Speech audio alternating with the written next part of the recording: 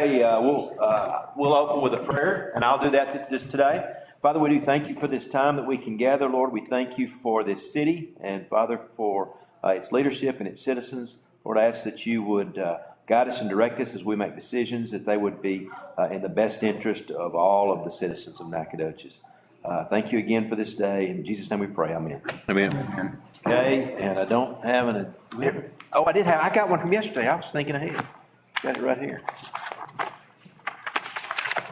Okay, call this meeting to order, and if you will rise for the Pledge of Allegiance.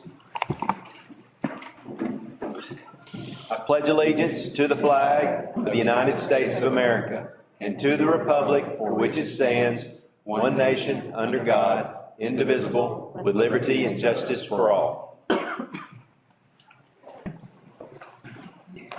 Okay, next on the agenda is open forum. Open forum is an opportunity for citizens to speak about items not listed on the agenda.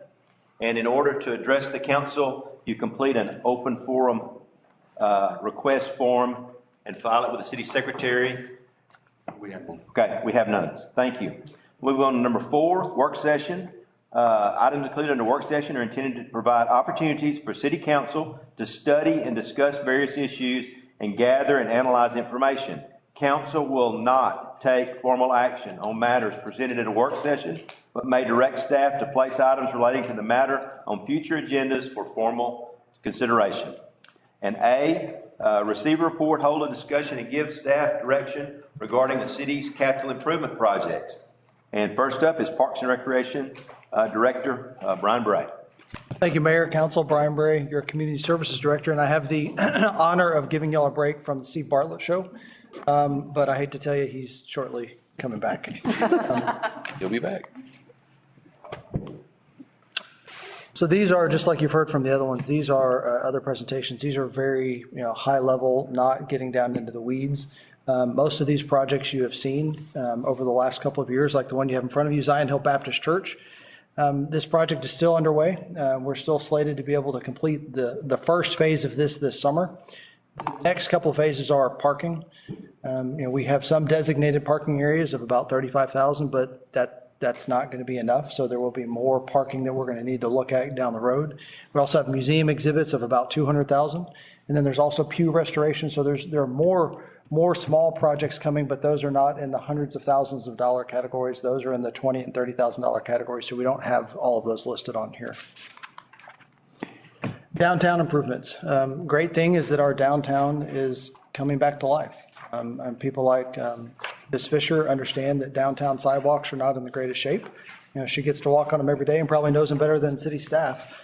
Fortunately for City Hall, we have an accessible ramp, but that's one of the few locations where we have accessibility from the parking to the business, in this case, City Hall. The picture on the left is just right outside City Hall to give you an idea, and we really need to look at redoing all of the sidewalks downtown. All of these downtown items are going to be fleshed out in more detail during the downtown master planning process. These are just projects that staff have identified over the last several years that are definitely a high priority need. So we have the sidewalks, the accessibility. As we add more restaurants downtown, restaurants produce a lot of garbage. And having green cans at your house, that's fine, but having Main Street or Pillar Street or Pecan Street lined with the green roll-offs is not a very appealing thing for visitors or citizens to see. And so we really would like to have several central garbage collection locations. So that's where that one comes from. And then the electrical services improvements for Main Street and Festival Park. All of you have been to a Blueberry Festival, a Freedom Fest, a concert downtown. All of the events you have in the right picture, you see that little yellow cart with 2 wheels.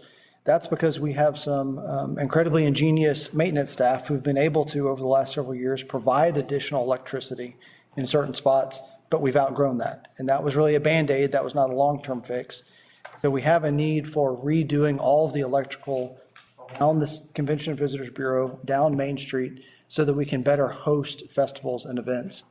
And for downtown, don't worry about the writing next to them, but all those little blue boxes, that's where we currently have electricity. You can see on the right-hand side of your screen, we're pretty well covered. But then once you move to the middle, the big open area in front of the stage, and then over to the left, we are extremely limited. So think about when you've been down there for like a Blueberry Festival, nothing in the middle. because we can't provide any power or water to them. So the idea behind the electrical improvements for Festival Park is simply that, to be able to provide electricity to whatever type of event, Doodat, Freedom Fest, concerts, Blueberry, so that we can properly provide for them. Hey, Brian. Yes, sir. Before we move forward, I think I don't know if the slide deck or if I don't know if the pages are sort of out of order, because I know I'm flipping back. Are you flipping back and forth? Are you keeping it? Okay, just making sure. Yeah, I'm All looking. right, did we have these out of order? Yeah. Well, I don't know. I haven't seen the slide deck, so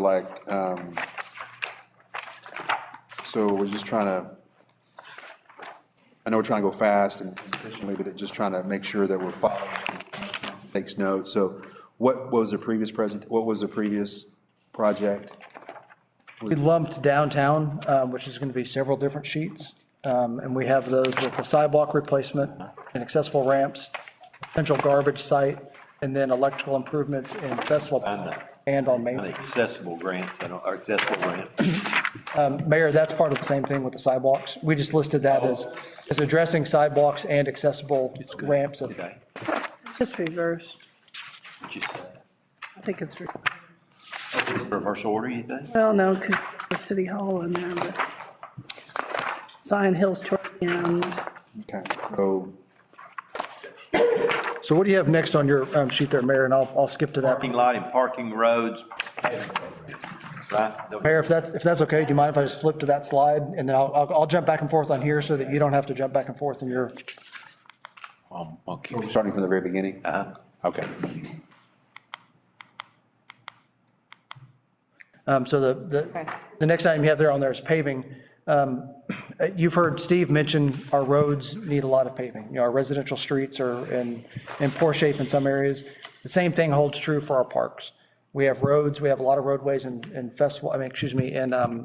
Pioneer Park, for example, and we haven't done a good job of maintaining our parking lots and our paving throughout our parks.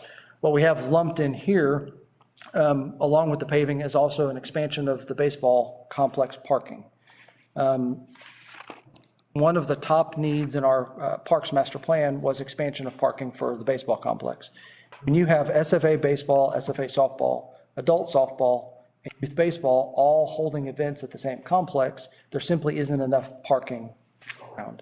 So that's where the expansion of baseball parking comes from. And the skate park, which is going to be about midway through, right after the playgrounds. This is not site-specific, but this was also one of the top 10 things listed in the Parks Master Plan is the need for us to have a skate park.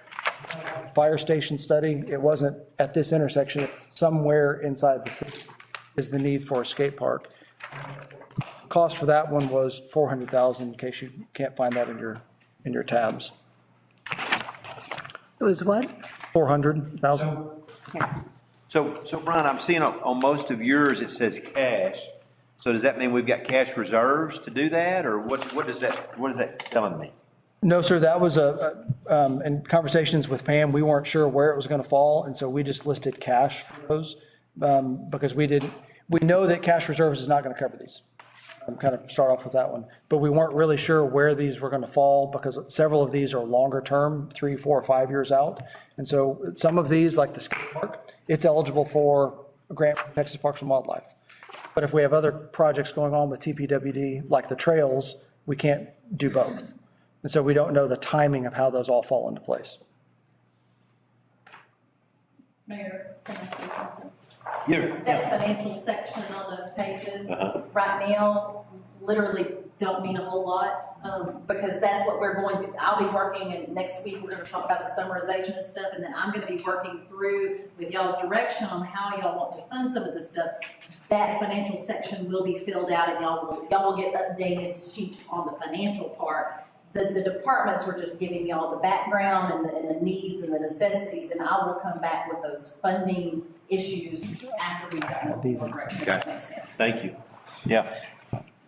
And Brian, one other thing that I've seen that Steve has done in his is he's given us tier 1, tier 2, tier 3. That's very helpful if you could maybe go back through there and kind of tell us We have- that. Certainly your numbers are a lot less than what his are, so maybe you could have more tier ones. But that's really helpful for me. And Mayor, we haven't gotten to the restrooms and the playgrounds, but to give you an idea, the majority of these are going to be in the same tier because a restroom at Pecan Park is kind of the same as at Festival Park and as at Maroney Park. And so would it be helpful? Hey, now you're sounding like Chief Kiplinger.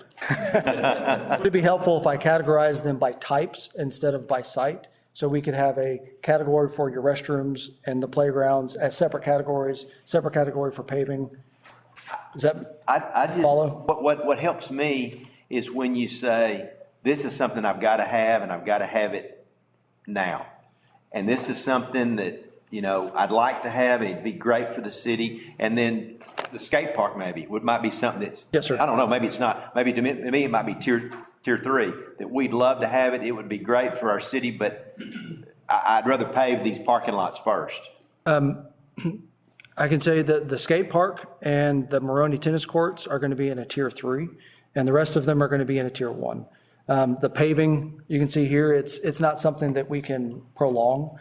The paving crew have patched, you can kind of see here, this has been patched the last probably 15 years, and it's failing. Tell me where that is. This is at Pioneer Park. I'm not sure which one, I know this one was at Pioneer, but I'm not sure which park those two came from. The restrooms, I'll flip back here and cover the restrooms. Our restrooms were all built between mid-1970s and mid-1980s. They all have the same problems. We have, over there on the side, we have 22 parks, 5 sports complexes, 390 acres of park that they maintain. And the only reason I list that on there is, as Steve has mentioned and as Keith has mentioned, it's really difficult to maintain aged infrastructure. And with only 13 full-time staff, it's really difficult to maintain the 390 acres along with aged playgrounds and aged restrooms. There's a picture of our restrooms. Hopefully not many of you have had to go inside one of our restrooms, but that's the inside of a men's restroom today. And this is one of our better ones. And it's not from a lack of being able to maintain, the facilities are simply beyond their life. And this is about as good as it gets. So that would be a tier 1 for all of our restrooms, because we've already had to close down Festival Park. It's boarded up. And Pioneer Park is boarded up because it was beyond repair. Festival Park, which we discussed a few months back, the winter storm kind of put the knife in the back and it was done.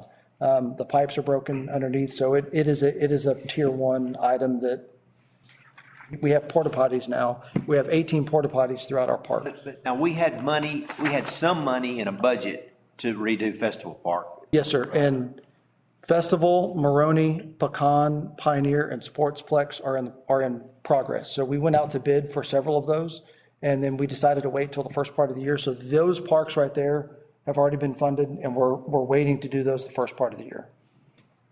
And so are we looking at construction ground up, or are we looking at those modulars like we had discussed? All in and. We did, after that meeting, we went back and we looked at some of the modulars, and they are still slightly more expensive than doing it in-house. But come the first of the year, we're going to revisit because pricings have changed since I presented to council. Today prices are different than they were then, and we expect that they're going to be different yet again come January, February. So we haven't decided for sure which one we're going to go with. We're going to go with whichever one is the best option for the city. Sure. Okay. And the budget for each part, restroom, is the same across the board? Yes, sir. Whether we go with the modular or the built in-house, they're all pretty much the same price. With this design or with the modular one, they're all the same design, and so it's a pretty fixed cost. And that doesn't depend on the amount of use of the parts? No, sir. There have been quite a few studies done on how long it takes for a man versus a woman to use a restroom and what the capacity is. And the design that we came up with, except for large events like Blueberry Festival, we can't design a restroom to hold those events that are 2 or 3 times a year. This size restroom will hold all of our park usage, so it'd be the same design. Okay. And Mayor, again, I apologize for these being out of order. No, that's fine. That's okay. So that covers restrooms. Do you have playgrounds next in your list? Baseball parking expand, oh, no, I'm sorry, you covered that one. I had skate park, and you've already covered that. Restroom festival park, Could I ask a question Sure. on the skate park? Do you expect, or, I know you're not going to get income from the restrooms or anything, but do you expect the skate park to bring in revenue into the city? There are two different models for skate parks. You can have skate parks that are charged admission, but then you have to staff them. And the ones that I've looked at, Yeah, I'm not talking about charging admission. I'm talking about, like you were explaining that Frisbee golf, that this brings. oh, yes, ma'am. In or something. Is skating, I don't know anything about. It's not nearly to the level of disc golf or pickleball or baseball or softball, but yes, ma'am, it does. Lufkin has a skate park. It's a small skate park, and Tyler has one, but that's pretty much it for our region. So yes, ma'am, people would be driving to Nacogdoches, not nearly to the same level, Right. those other ones that we mentioned, but yes, it will bring people in. probably not an event, but just for entertainment. For weekends, for, parents. Tend to be very heavily used. Yeah. Yes. People will, I mean, a lot of my daughter's friends their parents will take them to Tyler and Lufkin on a frequent basis, and they end up dining there, shopping there, and they end up doing a whole lot. But no overnight. In some cases, yes, if there's something going on at the skate parks or one of those parks. Yeah, like Stay overnight in Tyler anyway. Activity. Yeah, if you can kind of merge several things in one weekend, you can get people to come in and stay overnight pretty easily. Did you say that the skate park was a tier 3? Yes, ma'am, because it's not something that is aged today that needs to be replaced. Our recreation and park staff feel that it is a high priority, and it's listed as a high priority in the parks master plan, but it's not as high as fixing a restroom that's not broken. And so that's the only reason why we would put it in a higher tier than in a more immediate one. And so then does your timeline reflect that prioritization? Yes, ma'am. All right, that's why its design is 2024. Yes, ma'am, correct. Thank you. And here, this is kind of the intro to the restrooms, which should be the next one in your packet, but also covers the playgrounds. To give you an idea of this is just giving you a general idea of where our parks are located within the city. Obviously, we don't have Lake Nacogdoches on here because that'd be too large of a map. But we intentionally have not focused on one part of town. So the yellow stars are the playgrounds that we've already replaced, and the purple stars are restrooms that we have funded that we are planning on replacing in this next calendar year. So you can see we've done Pioneer, Festival, Bonita, and Pecan playgrounds, and then plan on doing restrooms at Pioneer, Festival, Pecan, and Maroney Park. And Maroney Park is on there because Maroney Park does not have a restroom today except for porta potties. So on the playground front, even though there's multiple pages for the playgrounds, we were just going to cover just kind of the one sheet for all of the playgrounds. Most of the playgrounds, like I said, were in the 80s, late 70s to early 80s. The picture on the top is what Bonita Creek Park used to look like. And several of you, I think, may have been on council when I had to present that it had failed. We discovered some pretty critical failures of that playground. It wasn't budgeted, and we had to pull it out. We are fearful that we're going to end up, if we don't start replacing them now, that's the same situation that we're going to be in. Most playgrounds have a lifespan of 15 years. So again, these playgrounds that are there are way past that lifespan of 15 years. That's why it would be a tier 1 category for us. Coney Park is the newest playground that we have, and it is also 20-ish years old.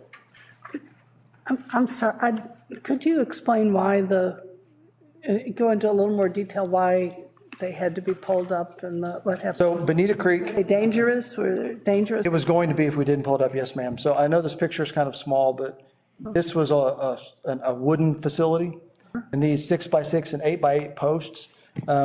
Each year, we dig down several feet and test the integrity of the post to make sure that it's solid. We did the test on this one, it was not. It was still safe, it wasn't going to fall over, but we were not willing to risk safety by letting it stay another year in hopes that it would be replaced. And so we made the decision that it had to be removed immediately just for safety concerns. And that's also why a lot of playgrounds today are not wooden. The metal posts last much longer, especially in high rainfall areas like we have. And then also most of your parks are in floodplains and floodways, and so you have a high water table. And so the wood posts also degrade much faster. So when you're talking about, you're replacing all the playground equipment, or, I mean, because I'm looking at their different prices for different. Yes, ma'am, each different, so give you an example. The one that we have funded this year is $180,000, and that's for Ritchie Street. That's a different cost than what this one cost. The reason $180,000 for Ritchie Street is because we're attempting to make an all-accessible playground, which we do not have in the city today. And so that's a higher cost than this one, which was closer to $140,000. And so not, unlike the restrooms, which a restroom is the same mold, regardless of where we place it, the playgrounds are not. We intentionally don't want to have the same style playground cater to the same audience at multiple parks. So Pioneer Park is the really large, lots of climbing, lots of slides. That caters to a different group than the one at Pecan Park, which is all low elements, which is a younger age group. And so that's why you're going to see different costs for different parks, playgrounds, is because of that audience. Thank you for the explanation. Yes, ma'am. Very helpful. What's next there, Steve? We have Maroney, we did skate park, And then so Maroney tennis. Maroney should be next. In our parks master plan, rehabilitation of the tennis courts at Maroney was a high priority, but it wasn't necessarily that it needed to be tennis. It was, there's a large footprint, unused space at Maroney Park that can't be used for tennis or skating or rollerblading in its current state because the asphalt has failed. This is an old asphalt court, and you can see these are just some of the cracks. There are cracks throughout the place. We have gone through and tried to level those out and fill them. The base material, I'm looking at my engineer for the right term, but the base material has failed. And when you put the filler in, over time, it just sinks and disappears into the base, and then you have to do it again. And so the idea behind the rehabilitation of these is a couple of the people in your audience, and that's pickleball. Pickleball is a sport that has grown throughout the United States, and there's a group that plays here at our gym every morning. And you can have tennis and pickleball on the same court. And so if we're able to redo these 4 tennis courts, a request from NISD is to be able to have access to more tennis courts. They can host larger tournaments. They're right across the street. Their tennis courts are literally right across the street from Maroney. By redoing these with tennis and pickleball, we serve 2 different audiences. And the reason why Maroney was chosen as the site is we have sufficient parking, we have the electrical, we have the water, and NISD being our partner right there. Are there, Brian, when it comes to tennis, I know there are certain standards you can get on a sort of a USTA circuit for tournaments. Does fixing those coupled with the school districts, does that get us in here, or are we still below that? No, it does. Combining with SFA courts, NISD courts, and these courts then allows us to have those tournaments here in Nacogdoches. Does bring in? Yes, sir. Which does bring in considerable revenue. Correct. Let's see, then next we have Baseball parking expansion. baseball parking expansion.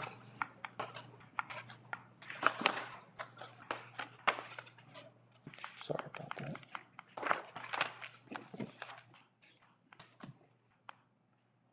Oh, that slide has disappeared somewhere. I apologize. So the last one then would be the Lake Nacogdoches accessible walkway. This is a picture taken from the parking lot at the West Park. And you can see on the right-hand side, that's an ADA accessible pier. So several years ago, we were able to provide parking and a pier for ADA compliance, but then we were never built a ramp or a pathway down to the lake itself. So when you park over here, this is your route down to the lake. Or if you park at the top, you can walk down this or this. And there is a dual purpose. One, we need to provide ADA access to the water. We already have the ADA parking down at the water, but no way to get to it. And then this pathway right here is failing. Steve and I looked at that this summer. this part right here is going to be undermined, and so this pathway for those of us in this room also needs to be repaired. And that item is listed at $165,000 for both of those items. And what priority is this? This part, Are we going to get sued if we? so potentially, yes. So anytime you make improvements, and I don't know offhand what the age of this pier was, but today, if that pier was installed, we are required to make it accessible. So just like when we do the playgrounds today, we then are required to have an accessible route from the parking lot to the playground, from the parking lot to the restroom. But if we haven't touched that park, we're not in violation of it. So that's why I just answered that with a potentially or maybe, which sounds kind of like a lawyer anyway. But we do need to provide access right here. But the tier priority would be the walkway. This is going to fail if we don't replace it.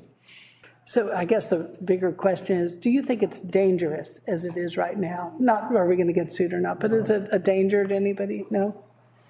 No, ma'am, it's not. When Steve and I looked at it, there's still sufficient support along here. Okay. Just erosion is taking this away over time. And the longer we wait, the greater chance it is that it's going to undermine that pathway and then it would fail.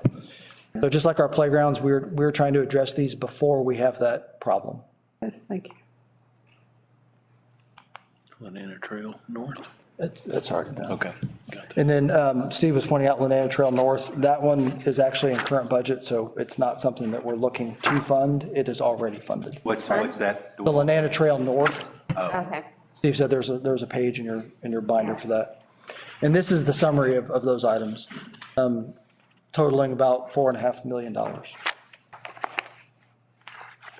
So Mayor, do y'all have any questions before we move to the facility section? Anybody?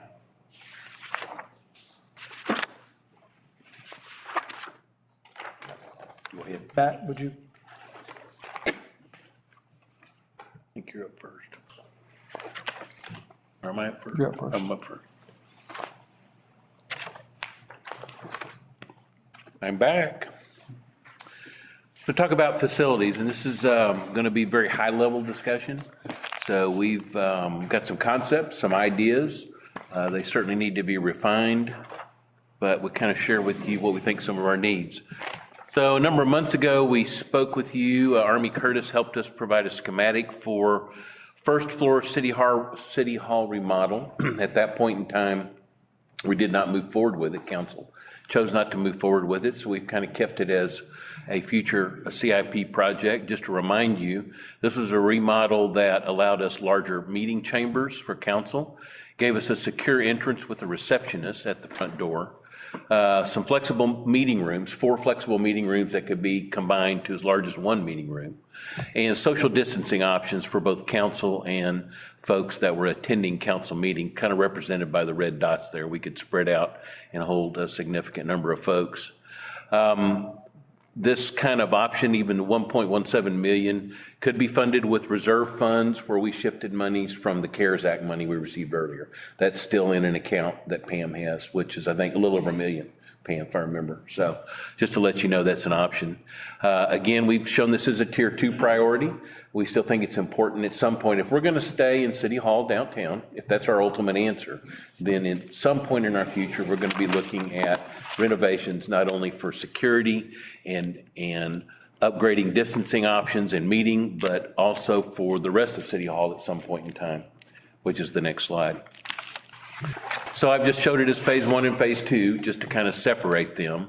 But if we do the rest of City Hall, and this is a very, very high-level guess based on a price per square foot we've received from some architectural consults, basically to renovate the spaces on all the other floors, It would include things like new flooring, updated lighting, wall coverings, new office space or changed office spaces.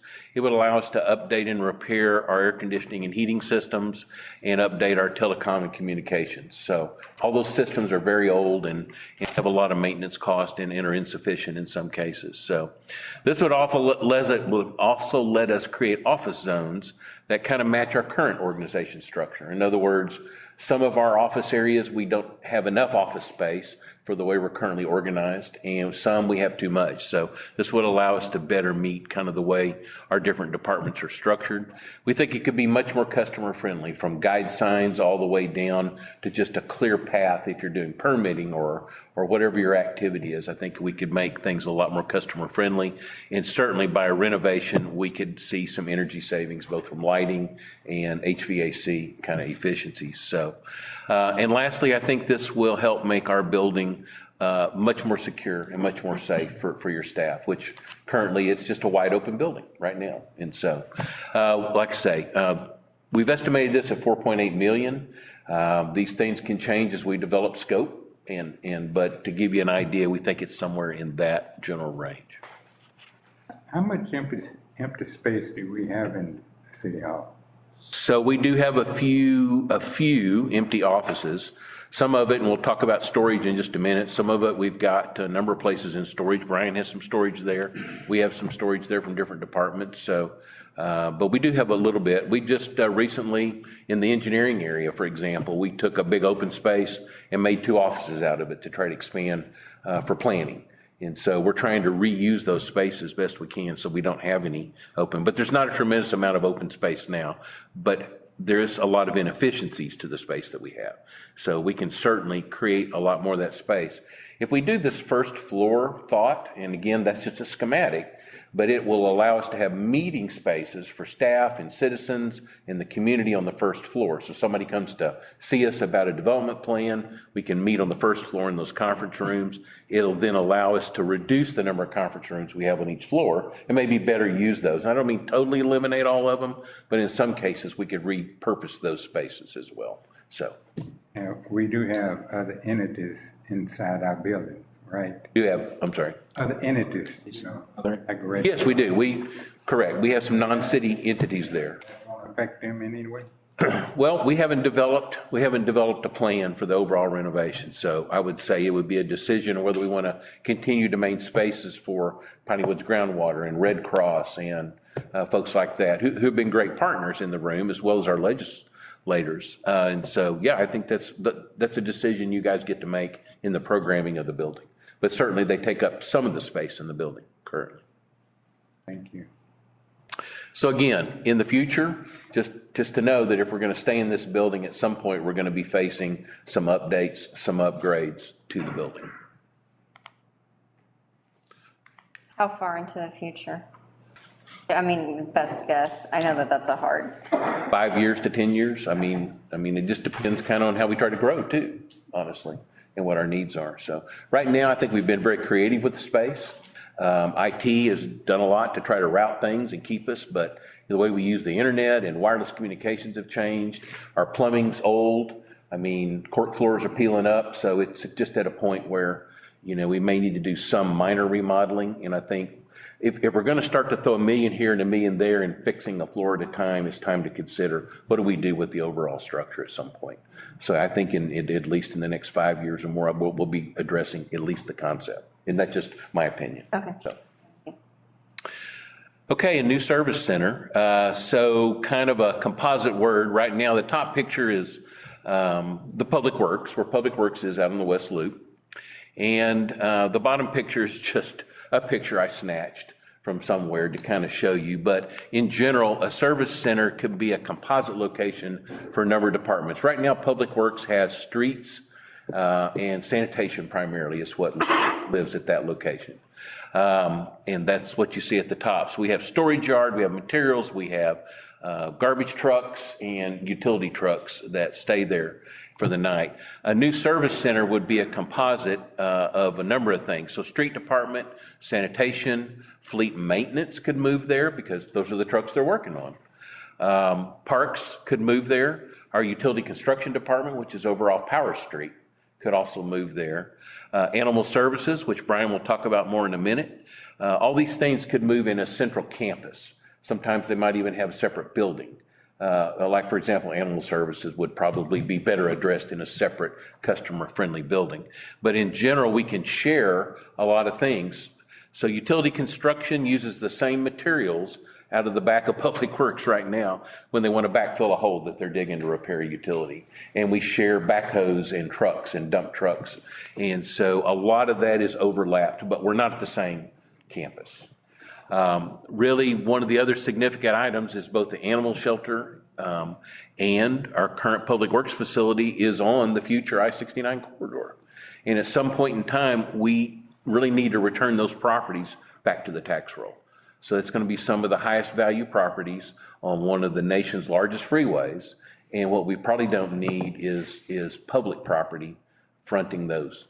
In addition, it's a really challenge right now for Public Works folks to get in and out, especially those big dump trucks and sanitation trucks. It's a dangerous move to throw them right out on the loop there on the frontage road. So what we'd love to have is something that's very accessible to customers and staff, but not on the freeway.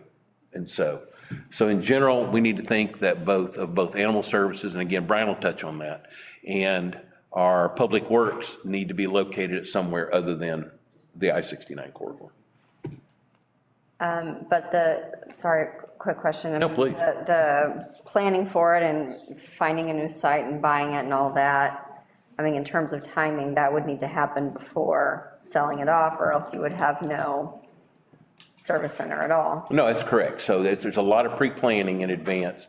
Right now, we don't have to do this today. So I left the tiering off that we talked about a while ago because it's a little hard. This could easily be in part of a 10-year CIP. We're not presenting a 10-year CIP to you, but we did internally.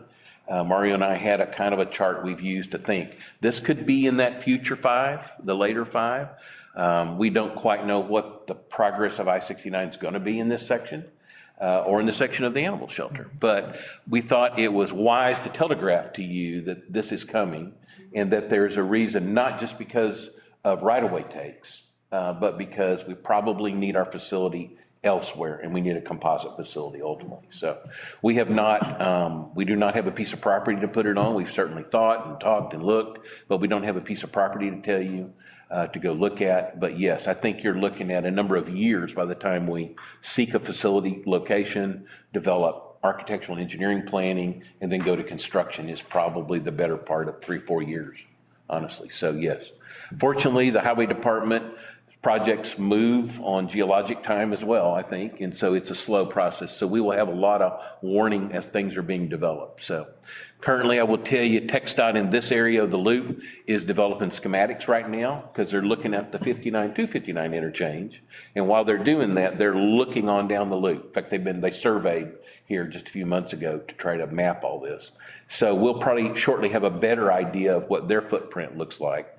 Now, again, that was a predecessor to the 59-259 interchange project, which will be in probably 2025, I think, if I remember right, when they've scheduled it. But so again, just trying to kind of let you know that we think ultimately we need a new service center that will house a lot of our departments together. There's a lot of efficiencies to that. Yes, it costs money to build it, but we think it'll earn its keep by moving everybody together.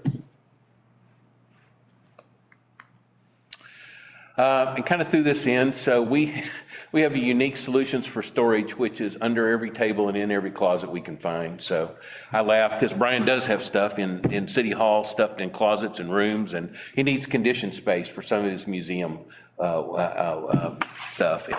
And so we have paper, we have everything. So it's kind of a crazy scattered thing. We have lots of angels that we pull out once a year, and they take up a lot of room. And things like that are hard for us to store and manipulate. So ultimately, we'd like to talk about building a city warehouse of some sort. I would propose that we would build it on existing city property, either today, or it even could be at this future service center site, depending on the size of it. But it would give us that storage that we need, including our annual holiday equipment and lighting.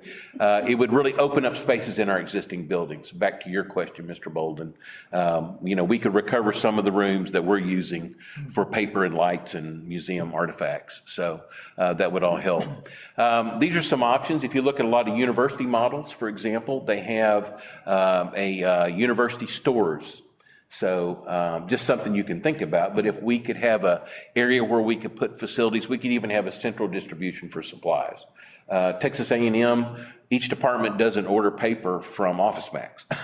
They go to the central stores and where they buy 100 cases of paper at a time, and they literally bring back a case of paper. So we could move to that kind of organization. You still track it for budget purposes, but we're not, right now we're calling, Staples and ordering paper, so to speak. And so if we had a facility, you could ultimately grow into a central stores if that was going to be beneficial. But nonetheless, we're showing a building that we think ultimately would help us better use our other buildings by removing stuff that's full-time storage.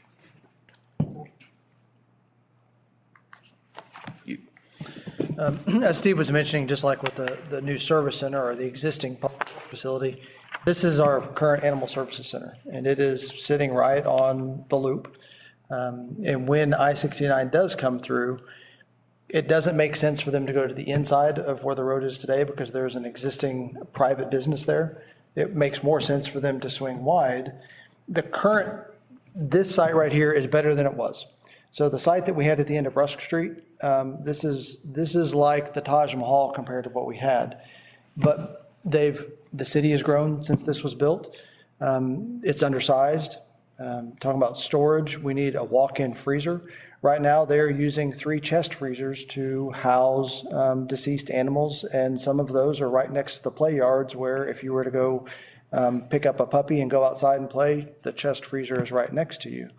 There's only one entrance to the facility. When someone comes to surrender an animal, they have to come in through the front, then be turned around, go back around to the side, have a staff person follow them back around the side. There's no room for classrooms or education rooms. Teresa would love to hold classes at the Animal Services Center, but there's nowhere to hold them. She can go outside underneath a shade tree, but that's really her only option. So wherever the Animal Services Center goes, it's not a site specific, whether it's at the service center or a site to be named. This site is undersized for the staff and the operations that they have today. This is the slide that I was looking for a moment ago that's in a different PowerPoint. This actually shows where the park's equipment is housed today. This is at our current baseball complex. One of the things I mentioned in the baseball parking is it's needed. These 2 fields right here are the coach pitch fields. If this were to turn into parking, this area right here houses enough to hold for these 2 fields. This is what the current parks facility looks like. You can't get any closer into that building on the left to be able to take a picture because it's full of equipment. They can't store anything else inside of there. Their trucks are housed out here. Until 5 years ago, they had a porta potty. They now have a portable building which houses the parks manager's office and their break room and their restroom and their meeting room. And it's a small building, but it was the biggest building that we could put on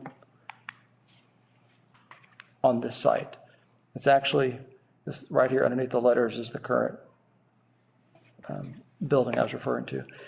And the park staff have a vested interest in the new service center because they would really like to be housed with the mechanics. They'd like to be housed with the tractors and the dump trucks and the backhoes, because oftentimes our departments share equipment, they share staff, and it'd be a much more efficient operation if Tommy came in to talk to Carrie and said, hey, I've got a problem over here, can you give me an operator and a backhoe, and they leave together. The way it works right now is they have to get on the phone and find out where they are because they were all dispatched from different facilities that morning.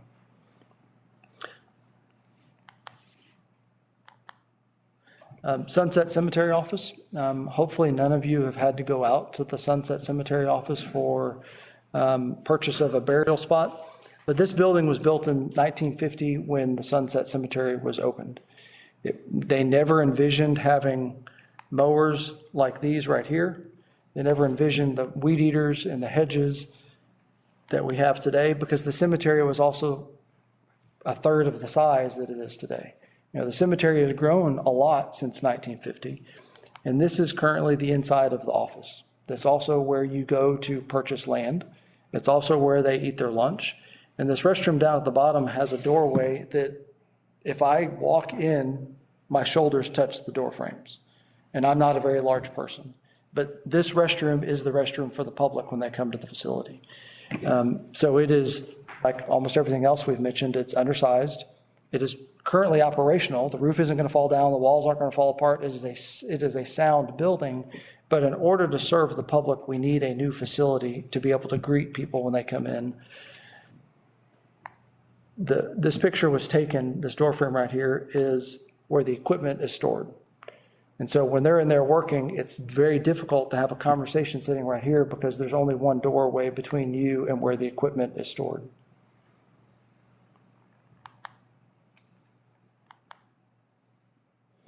There's your cost summary for those two items. It's about $425,000 for a new office at Sunset Cemetery. And once again, these are high-level estimates. This is, you know, Steve and I sitting down and coming up with building cost per square foot and figuring out what size building they would need to derive at these numbers. Go ahead. Yeah. No, there you go. So lastly, I guess to close, just as Brian just touched on it, but these are very, very preliminary estimates. In other words, we have not done programming with architects. We have not done space utilization. And so we've made some very broad guesses to try to get you at least in the slot of reasonable for what those costs are. So please understand those as we develop, and they may vary up or down as we detail programming and scope. The site for the new service center is unknown, and I think I said that earlier. We haven't selected a site, and so if you hear rumors to such, that's not true. But we can continue to look once we initiate a program. Most likely, a lot of these facilities will not necessarily be needed in the next 5-year CIP. We don't for sure know some of that history, but they're certainly at the end of our current 5-year, but they could be in the horizon after that. But again, we thought it was important to start addressing them so that we could have some planning as we look at cash funding and debt service to know that we still had things that were going to be in our future 5 years and beyond. And really, to conclude all this, what we truly need is a facility master plan study. So we need to really take a deep dive look at what our facilities are, where they need to be, how they can be aggregated, what the advantages are, and try to quantify and qualify that. So we talked to you a lot about studies, and studies have been a big topic lately, and I know that. But we're telling you a facility master plan study is really a critical tool to be able to do what Brian and I and our staff did on a very high level to bring this into the weeds and kind of look at locations, amounts, sizes, and functionality. So we would, hopefully council will support doing that in the near future because we think that's the first critical step to really polishing everything that we just showed you. So anyway, be happy to answer any other questions. But you were looking for the master plan to be started immediately? The study itself? Well, I would hope that over, I don't know, Mario, in the next year, we could talk about maybe looking at doing that study here. I think Councilmember it would be something that I think we would request in the budget as part of a budget submittal so that. The upcoming budget? Yes, sir, and the upcoming budget that you'll be considering later this summer. Okay, It would just be. 22-23, right? Correct. And I'm not even sure what the cost to do that. Yeah, I mean, If we need to look into that. Again, we're just trying to communicate with you that you need more than us sitting in an office coming up with these numbers. We need to really take a deeper dive.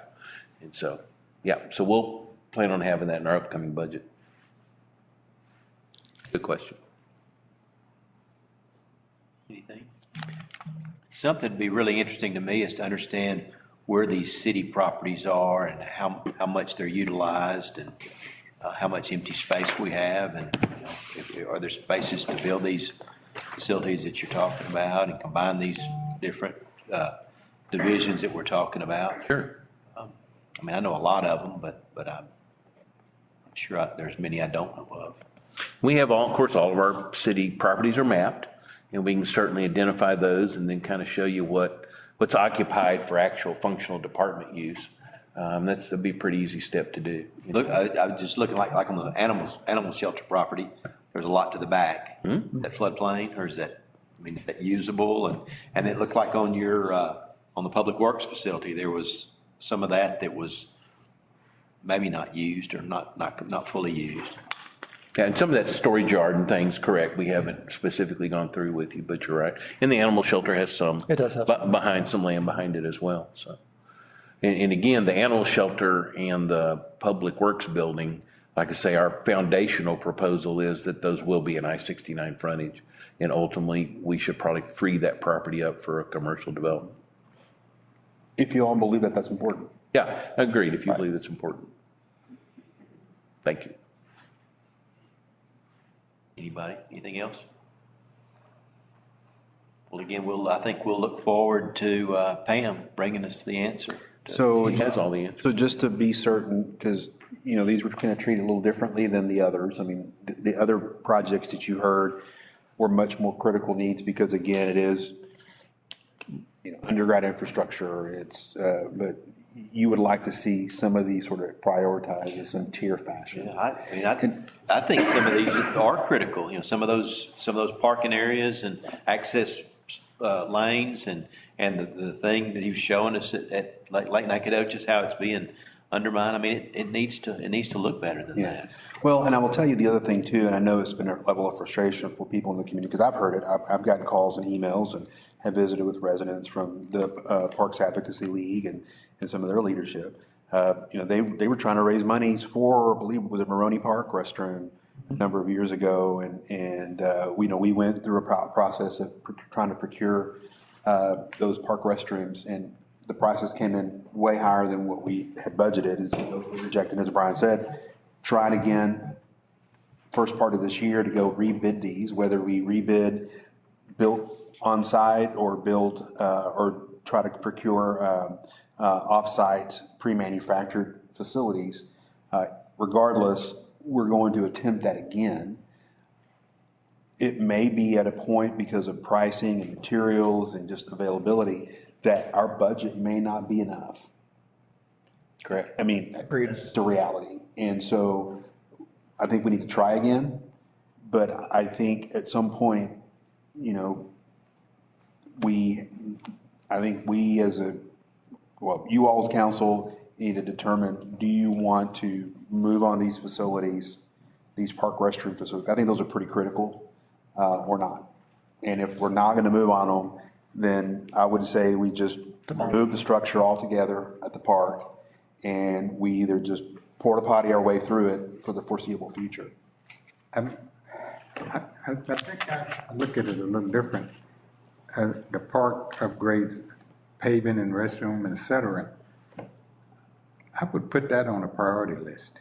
I mean, I don't know if I'd label it tier 1, 2, or whatever, but I look at that as being a priority. Overall for Nacogdoches as citizens, and plus visitors. So I look at that as being a priority. I don't think we should put it on the back burner. Okay. Well, I don't disagree. I'm just saying that these park restrooms, they may come in, even once we go to the bidding process, they may come in over budget. I'm actually probably going to recommend, depending on, unless it's just such an egregious number, we need to find the money. We'll work with Pam to find the monies to cover the gap, is my point. And, we believe, based on our interpretation, that there are some ways to do that with some of the funds that we're receiving through the American Rescue Plan funds. So that may be one of those recommendations that, hey, you know what, we got 2/3 of the budget covered. The other third may come from these other funds to get it off, so we can make progress on these projects that have been promised for a lot of years. I agree. And on these restrooms, I keep going back to these concrete facilities. If you go to Lake Nacogdoches and look at those facilities, I mean, I know they're probably, what are they, 15 years old? How long is that about right? Doesn't, yeah. But I mean, they are night and day difference from that bathroom that we've got at Lake Nacogdoches. Oh, yes, sir. Park. And that was constructed on the ground, and the other one was brought in on a truck and set on the ground. And it just, to me, I just can't see why you'd go back with some structure, like what we have now. Well, Go ahead. No, go ahead. Well, I was going to say the main difference, and Jimmy and I worked on those together, that project together. The main difference is the restrooms Brian has proposed are restrooms with water. In other words, you can wash your hands, you can take your children in there, change diapers, wash your hands. The restrooms at Nacogdoches are pit toilets. But they had an option for sewer. Well, Didn't they? I thought no, I mean, when we bought them. pit toilet, that brand was a pit toilet, but they have no running water to them. Yeah, I understand, but I thought there was an option to make it, because we were going to put in a septic system and use that same type facility, I thought. Well, I mean, I think it's possible to convert that pit and ultimately to a septic system, and that's correct, or whether it's a sewer line. Septic, let's see, It's the same. sewer, yeah. But again, they're not set up with sinks and changing tables either. So one of the approaches in the design was to accommodate that. And the difference between like the ones at Lake Nacogdoches and the one that I showed you at Bonita Creek is those were not designed with maintenance in mind. The designs that we've looked at, whether it's the prefabbed ones from CXT or the design that we showed you this evening from Army Curtis, we started from ground one with how do we maintain this so that it is easy and pleasant for the public? And so we have no desire to go to a design like we have at any of our current parks, because those aren't easily maintained. And the design, whether it's from the prefabbed ones or like this one, they now have drains down the entire length of the room so that you can come in and spray cleaner out the whole thing. You have a hose reel in the chase and you spray it out and it's cleaned. And so you have the graffiti-proof walls, it's like a 1/4 inch thick paint that you put on them. I mean, they're a lot of the same elements, Mayor, that you probably appreciate in those park restrooms are incorporated into a stick build for most cities today. So they've borrowed a lot of technology from one another. Mayor, are you thinking that it's cheaper to buy the drop-ins? Was that your? I'm thinking that you, for one thing, you don't have the design piece, because that's part of what you pay for when you buy the unit. Right. And so, I mean, I don't know, I'm thinking it's comparable and I mean, it's concrete, there's no sticks in it. And that is one of the big advantages of those prefabbed ones is they're, and once again, my family does a lot of camping. And so I've used a lot of these state park restrooms, which is where they come from, is the CXT is their big company, is they're also storm shelters. And that's a huge advantage to that design because it's a concrete roof, it's concrete walls, it's a bunker. So Brian, so when we go to bid again, is it possible to do 2 bids? Yes, sir. Let's just do proof of concept. Let's do a stick construction seal bid and do one for prefab. Let's get them both in and we approve the one. Absolutely.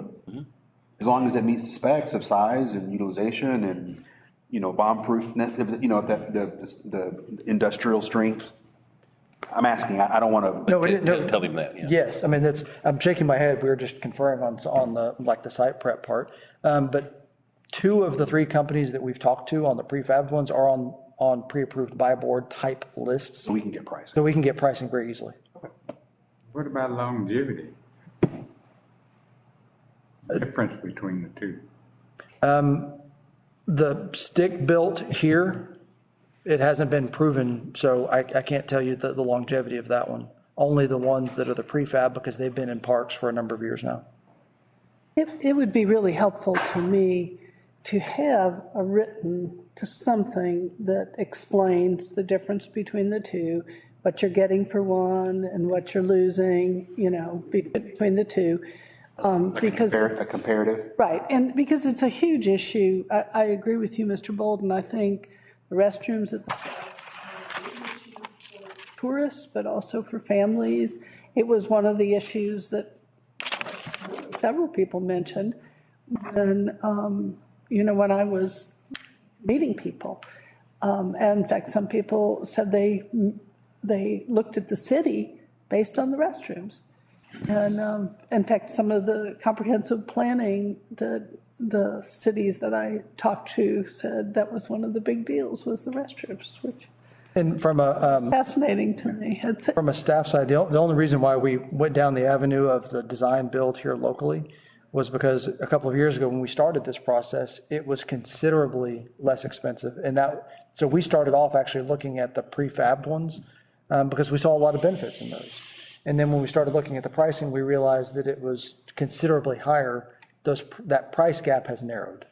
So the reason I'm asking for some clarification is because the ones you wash down that are so simple, I mean, I've seen several of those, and I can't remember if that's the prefab or if that's when I think you you'd build wash it in them all like down. that. They'd build that on site to be able to do that. So Yeah. With the that's- drains and Yes, the ma'am. floor, Very heavy. they'd all be that way. Okay, that's what I was. I haven't been used one of these facilities that's been built in the last 5 or 6 years that doesn't have that same type of design, because everyone realized that's the way to go. So that's really what I'm asking to. I guess those so we can in compare. Festival Park seem like the wall's right, and you could just wash it out underneath the wall. Is that not, The one in Festival Park does have vents down at the bottom, and I'm not really sure why I mean, they, the design's is better now, I think, I hope. So I have two additional questions if we're finished with restrooms. One is, I would like some clarification on the funds that are required out of the utility funds, and especially in relation to ARPA and the $1 million we still have, partly because I'm very concerned with utility rate increases since they're some of the most regressive taxes that we have. So I would like, when we have the presentation, I guess, I'd like real clarification, I'd like to have as much as possible go towards alleviating the utility fund, and at least some discussion of what that means, because I'm very concerned about the utility rate increase. When you say, I'm sorry, when you say like towards the projects that have been presented previously? All of these capital improvements, if we, some of these will have to come out of utility funds. Right. And then that will necessitate an increase in utility rates. However, if we can use, Buy down some of that. or all of it, I mean, whatever, from ARPA and from the $1 million we already have, I'd like to see them go towards, because really that utility fund hits so many people the hardest. The elderly, low-income people, everybody has to pay their water bill. And I'd also like when we're talking about it, just some kind of gauge about how many people are having difficulty with their water bills. I mean, I don't want to do a whole study or anything, but just where we are on people suffering with water bills. And then the second question I have is, what are you going to be asking of us? Are you going to ask us to, or is this just a presentation on Tuesday? Sometimes we have a presentation and then you say, now I want to know how you all want us to move forward. I want to know if we're going to be asked that. Yeah, we are asking, how do you want us, in other words, Can you give us a break between when we get this presentation and then how we move forward, so that we can then go out and ask other people in the community how they want to move forward too? Sure. I mean, I think part of that is just, do you want us to study it further?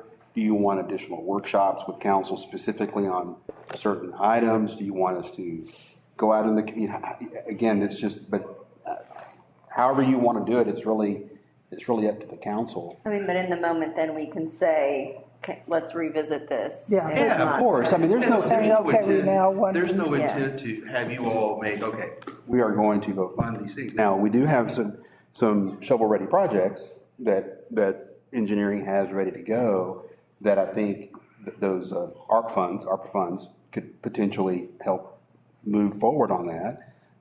So at some point, we do need to get some direction as to, do you want us to proceed with that, because time's of the essence. But otherwise, the rest of these is going to require probably a lot more conversations with you all. I mean, this is just the beginning.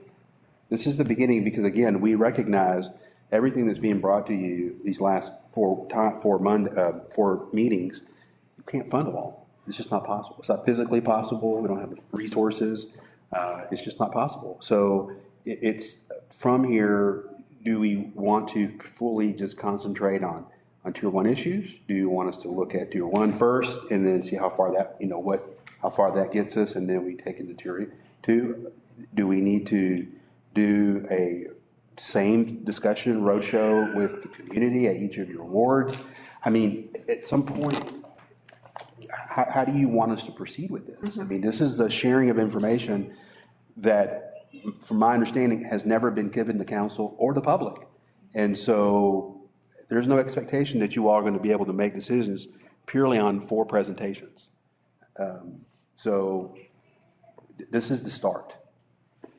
This is an ongoing dialogue that we need to have with you, with the community, with community groups. So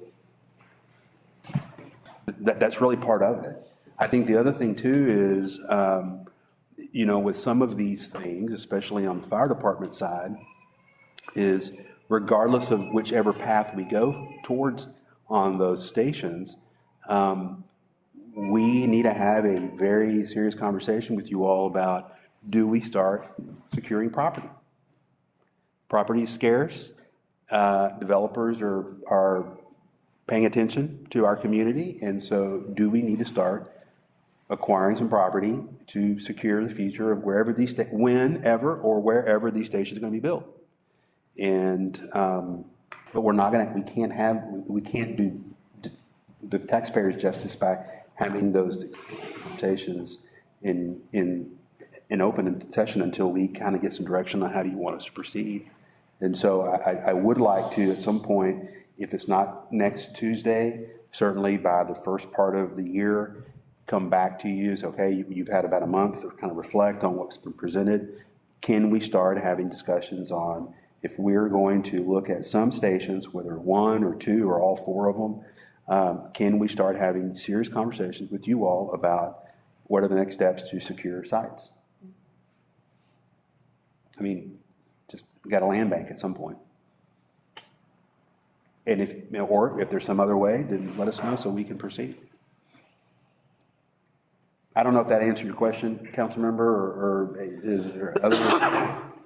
I mean, do you need? That's good an answer. I think this, Kathleen, this paragraph here on that first page in that letter kind of says, is a summary of what he was saying. And I knew I'd read that somewhere, and I went back and found it. I think it's just the beginning, and we just got to figure out, do we want to study more? Do we want to, do we want to get the public more, or what, how do we want to address this thing? I mean, I know streets. I mean, we've got to work on some of our street issues and our, water and sewer. So how do we do that? My impression was that these workshops were to basically lay everything on the table and then start honing in on what is most important, how to do it, And how to fund it. I never got the impression that this was supposed to be a quick process. Oh, no. That is not at all what's expected. Yeah. I think what would be helpful though, because some things are a quick process, like you just said, like land banking is going to have to be something on a quick turnaround. So I think something that would be helpful is, we have this big bird's eye view of everything that's going on, but I think that it would also be helpful at our meeting on Tuesday to hear, okay, we've got this big bird's eye view and we can have more work sessions and commission more studies and X, Y, and Z, but these are things that actually do require a quick turnaround. That would be helpful to know too. Okay. And your proposal of where the money would come from. Okay.